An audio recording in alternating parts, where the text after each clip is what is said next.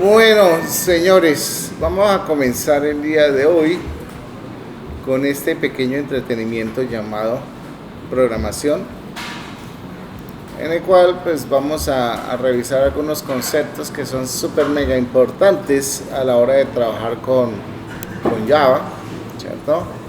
Vamos a revisar primero que todo, antes de ahondar en el tema de la programación orientada a objetos, que es un tema bastante importante, vamos a comenzar trabajando con métodos. Los métodos son esos elementos que me van a permitir a mí que dividir el código, ¿cierto?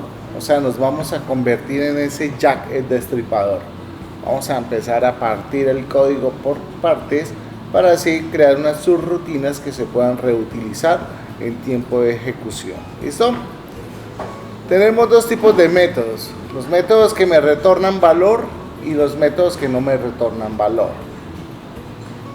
En la época de los que sabíamos programar, esos métodos se llamaban procedimientos, y los métodos que me retornan valor se llaman funciones.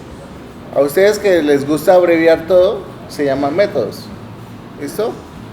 Vamos a comenzar a entender un poco cómo es la sintaxis de declaración de estos métodos. Realmente es algo muy sencillo, para ustedes debe ser algo muy transparente. El concepto es el mismo que siempre hemos manejado en programación, tanto en JavaScript como en Python. Lo que va a cambiar es la sintaxis al momento de declarar un método. ¿Listo? Entonces, como vemos, por aquí tenemos unos ejemplos de métodos, los cuales tienen inicialmente algo que se llama un modificador de acceso. ¿Qué es un modificador de acceso? Muy bien, es aquel que me da accesibilidad al método y me permite especificar si ese método es accesible por todo el programa o es accesible exclusivamente por una parte del programa. Nosotros conocemos dos tipos de elementos de accesibilidad, que son el público y el privado. ¿Okay? El público es aquel que me va a permitir acceder desde cualquier lado. Es decir, si ustedes lo comparan con una fiesta que organizan, si ustedes dicen que van a hacer una fiesta pública, entra cualquier chusma, ¿sí o no? Pero si es privada, solamente va a entrar aquellas personas a las cuales ustedes les van a dar acceso. A eso se refiere la accesibilidad en los métodos. Igual en las variables, ¿ok? Bien. Tenemos por acá algo que se llaman los métodos estáticos. Los métodos estáticos son aquellos que me permiten o son accesibles desde una clase sin necesidad de crear una instancia de esa clase. Cuando hablamos de una instancia, estamos hablando de un objeto que se crea a partir de esa clase. Ahora que entremos a programación orientada a objetos, vamos a empezar a tocar los conceptos de clase, de objeto y de instancia para que quede un poco más entendido esta parte. Entonces, aquí tenemos un breve ejemplo en el cual pues vamos a ver de manera bastante clara cómo se definen esos métodos. Tenemos el modificador de acceso, tenemos el tipo de dato que se retorna y el identificador, que es el nombre del método. ¿Listo? Donde nosotros el tipo de dato devuelto es ese valor o ese tipo de dato primitivo o complejo que me va a retornar dicho método o dicha función. A mí de pronto me van a escuchar hablar de función y de procedimiento. Es como más abreviado que decir método que retorna un valor. Función, ya saben que son esos métodos que retornan un valor. Y procedimiento es aquel método que no me retorna ningún valor. ¿Ok? Bueno, sigamos acá entonces. Entonces aquí veíamos la función. Vemos que las funciones contienen dentro de su estructura algo que se llaman parámetros o firmas. El término firma lo acuñó Microsoft hace un tiempo, en el cual pues era para cambiar como ese término de parámetro que era como muy de bajo perfil. Pero todo el mundo le llama parámetro. El parámetro es aquel valor que va a ingresarle a quién, al procedimiento o a la función, donde ese parámetro va a contener ¿qué? Un dato, un valor, ¿cierto? Un valor. Vamos a notar que la función tiene un elemento específico que es obligatorio en una función y es el return, ¿ok? Que es esa palabra reservada que me va a permitir retornar un valor resultado a partir de un proceso, ¿ok? De un proceso. Ojo, importante, ese valor o esa respuesta que me retorna la función debe ser del mismo tipo que le estoy especificando al momento de ser declarada.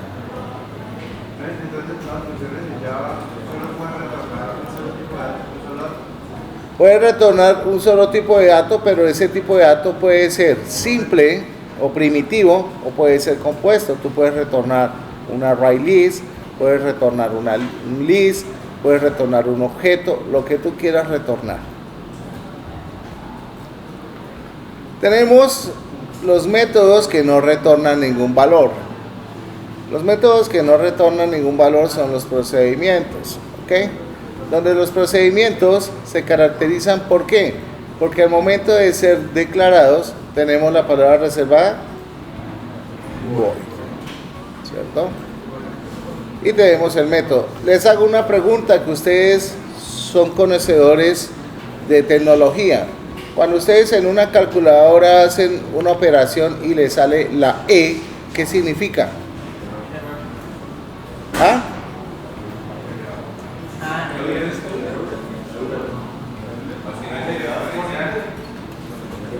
Muchos lo confunden con error.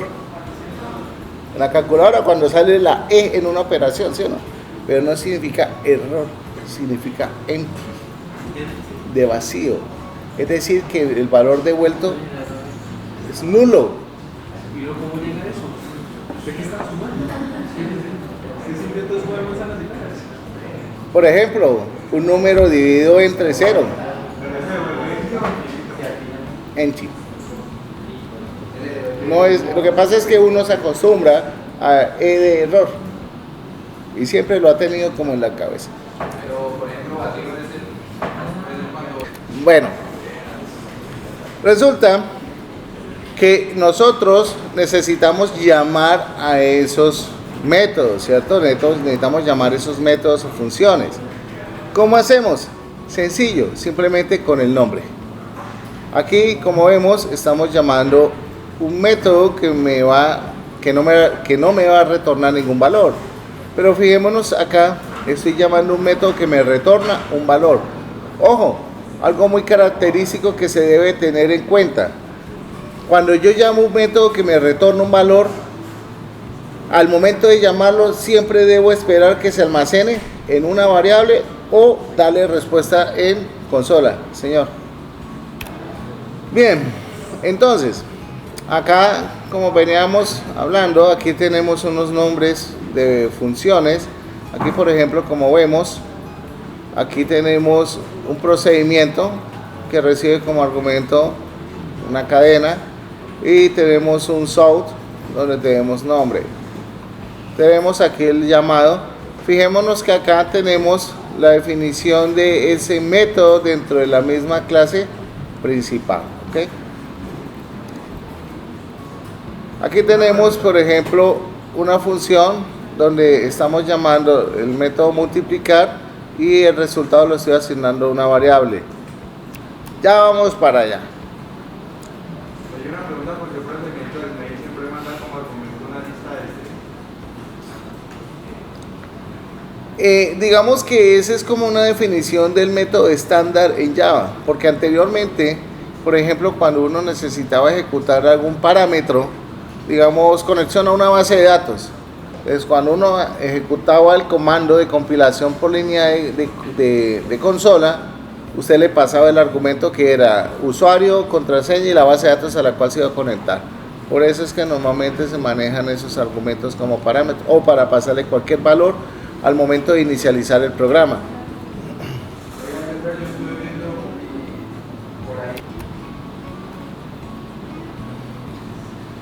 Muy bien. Estructuras de datos.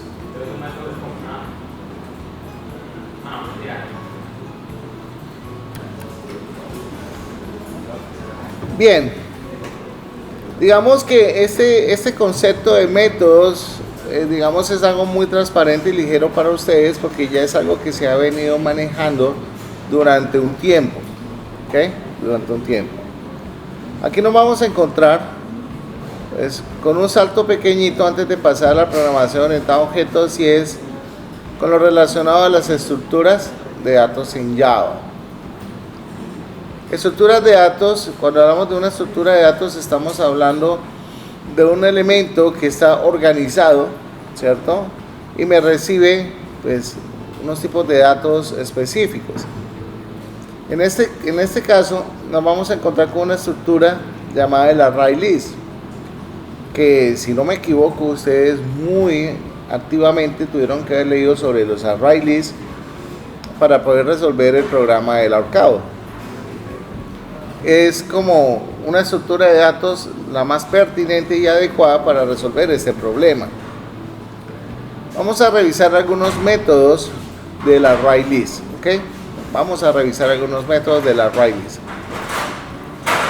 Entonces, dice que el array list permite almacenar datos en memoria. ¿Similar a quién?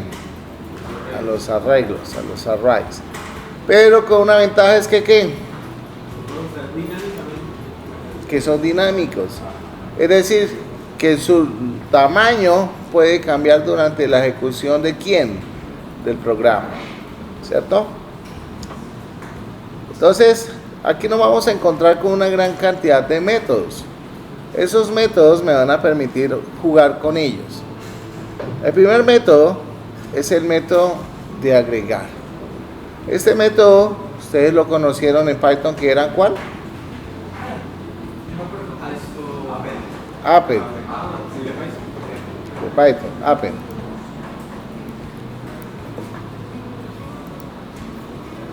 Es que me dice.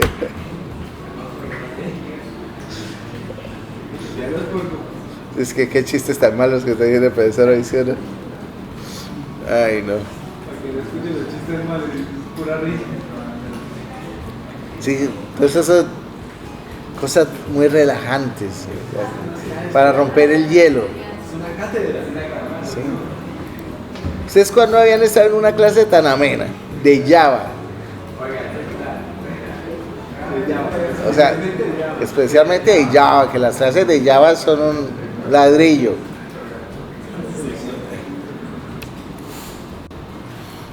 Bueno. Sí, señor, con Maven. Bien, vamos a comenzar acá. Vamos a empezar en secuencia, vamos a hacer ejercicios incrementales para ver cada uno de los métodos que estudiamos hace un momento. Lo primero, sí o sí, necesitamos tener definido un array list, ¿ok? Notemos que el array list está acompañado del operador. ¿Cómo se llama ese operador? ¿Mayor que menor que? Ese operador común, no, pero eso tiene un nombre. Diamante. Diamante. Pero eso tiene un nombre. Diamante. No, o sea, es para lo que se usa y eso tiene un nombre. Ah, Pero es común, creo que. no recuerdo, José. Averígualo y me cuentas. No lo recuerdo. Donde nosotros definimos el tipo de dato de ese array list. ¿Ok? Acá estamos definiendo el objeto y aquí tenemos una palabra reservada llamada new. Esa palabra reservada new la vamos a encontrar muy a menudo en Java, sobre todo porque estamos utilizando una instancia. Estamos creando una instancia de la clase array list. ¿Ok? Notemos, señor, una clase genérica. una T. Acá entonces, acá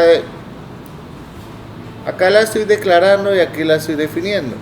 Y aquí estoy utilizando el primer método, el cual es el agregar. ¿Ok?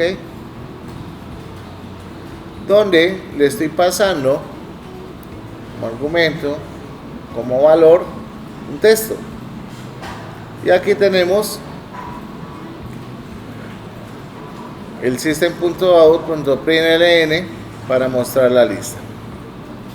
Este es un ejemplo bastante sencillo, el cual me va a permitir agregar información a dicha lista. ¿Okay?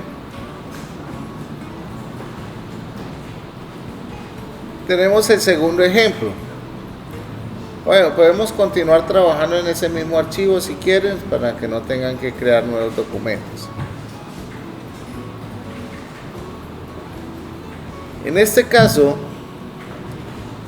lo que esperaría es que se agregue el elemento llamado fundamentos. ¿En qué posición? Entonces estaría después de backend, antes de backend. ¿Listo? Si yo le colocara en la posición 2, ¿qué pasaría? Hay error de desbordamiento del límite del índice. ¿Listo?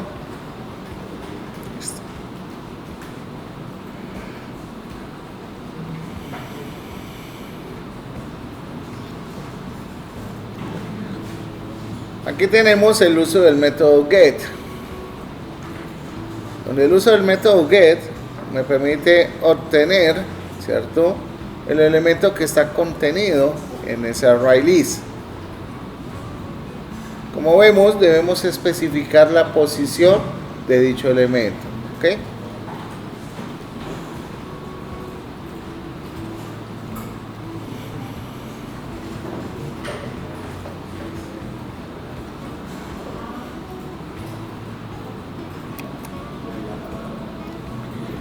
Bien.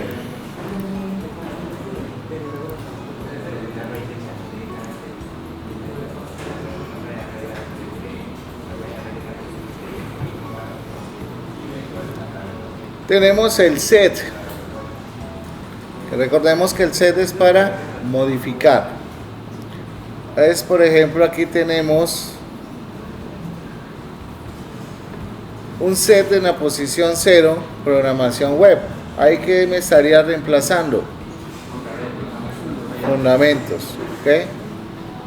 Entonces, como resultado voy a obtener el reemplazo de fundamentos.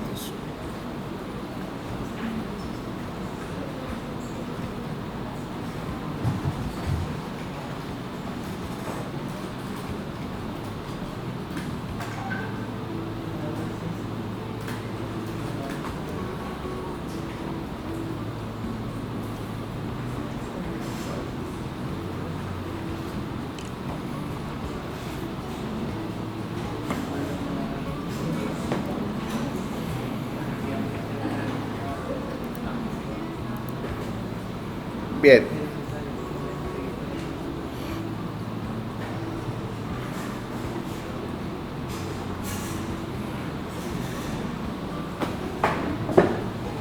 Aquí tenemos el uso del remove, ¿okay? Donde básicamente le estoy indicando la posición del elemento que quiero eliminar. Entonces, por ejemplo, ¿qué tendrían que hacer ustedes si yo quisiera eliminar un elemento y no conociera la posición de ese elemento? ¿Cómo lo eliminarían? Primero buscaríamos el index of del elemento que queremos y lo que nos falta lo colocamos en el. Es correcto. Entonces, para eso está el index of. ¿Y esto se puede mandar como parámetro?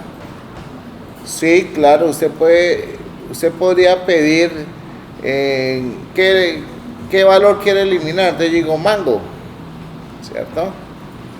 Acá, lo primero que hay que validar es que si mango no existe, pues no me elimine nada, no vaya a hacer el remove, porque posiblemente eso me va a provocar una excepción. ¿Listo? ¿Qué tal eliminar el nivel 0? por ejemplo. Entonces es importante tener eso en cuenta. Entonces, como vemos acá, él me retorna o me devuelve el elemento que fue eliminado. En este caso es un string, porque mi array list es de tipo string. ¿Ok?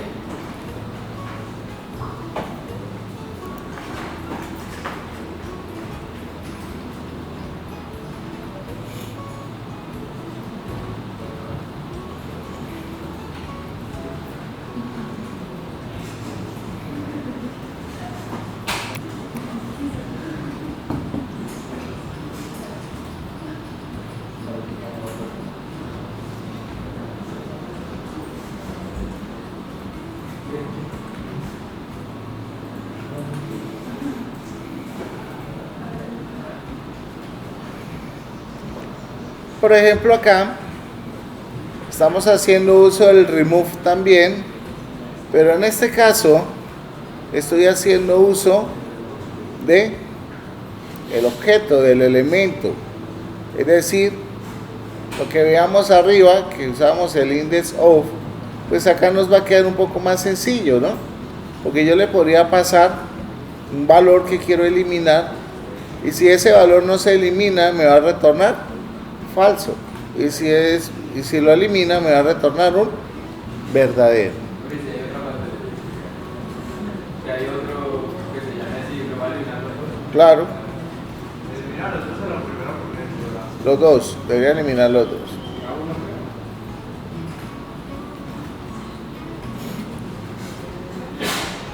Bueno, el clear,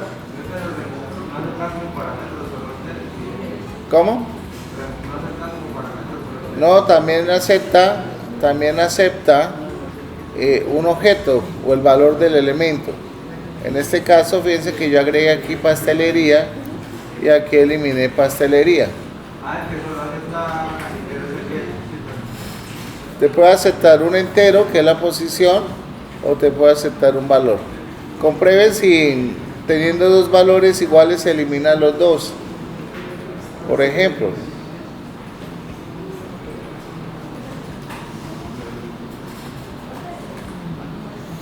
y tenemos el clear, que me va a permitir limpiar todo el array list. ¿Listo?